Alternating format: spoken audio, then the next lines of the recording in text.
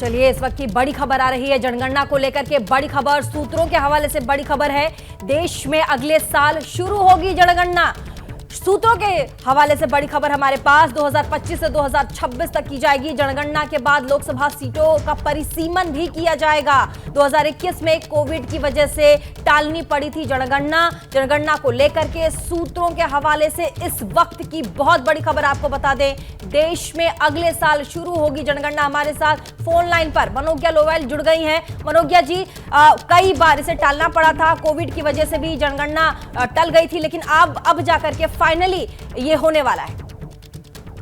अब बिल्कुल बड़ी खुशी है क्योंकि सरकारी सूत्रों का कहना है कि 2025 से लेकर 26 के बीच में जनगणना चलेगी। 21 हर बार होता है, जैसे 1981 हो, 2001 हो, 2011 हो, 10 अंक के अंतराल पर पहले होती थी जनगणना। लेकिन अब अगर 2025 से होगी तो इसकी समय सारणी भी बदल दी जाएगी, यानी कि 2035, 2045 या 2055 की तरह कराई जाएगी।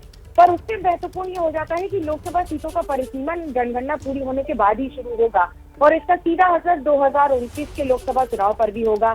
परिसीमन की प्रक्रिया लगभग 2028 तक पूरी हो जानी है। इस बार परिसीमन डिजिटल होगा। उसके अलावा ये भी है कि जिस तरह से विपक्ष बार बार ये मांग करता रहा है कि जातिगत जनगणना की मांग करते हुए, लेकिन सरकार इस बारे में अभी तक किसी पूर्ण निर्णय पर नहीं आई है।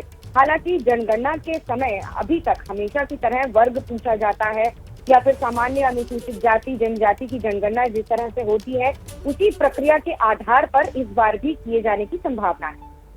बिल्कुल मनोज्ञा, ये बड़ी खबर है जहां परिसीमन को लेकर के ये जानकारी आ रही है। 2021 में प्रपोज था ये सेंसस, लेकिन अब जनगणना को लेकर के ये बड़ी खबर है। अगर ऑफिशियली देखा जाए मनोज्ञा, तो कब तक ये इन्फॉर्मेशन आ सकती है?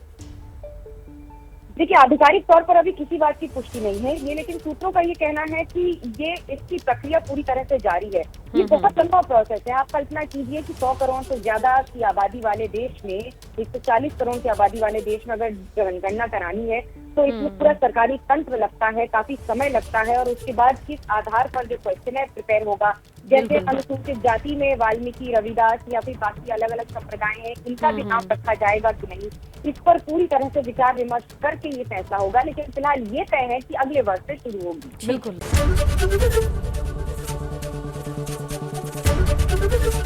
एबीपी गंगा, खबर आपकी, जुबान आपकी।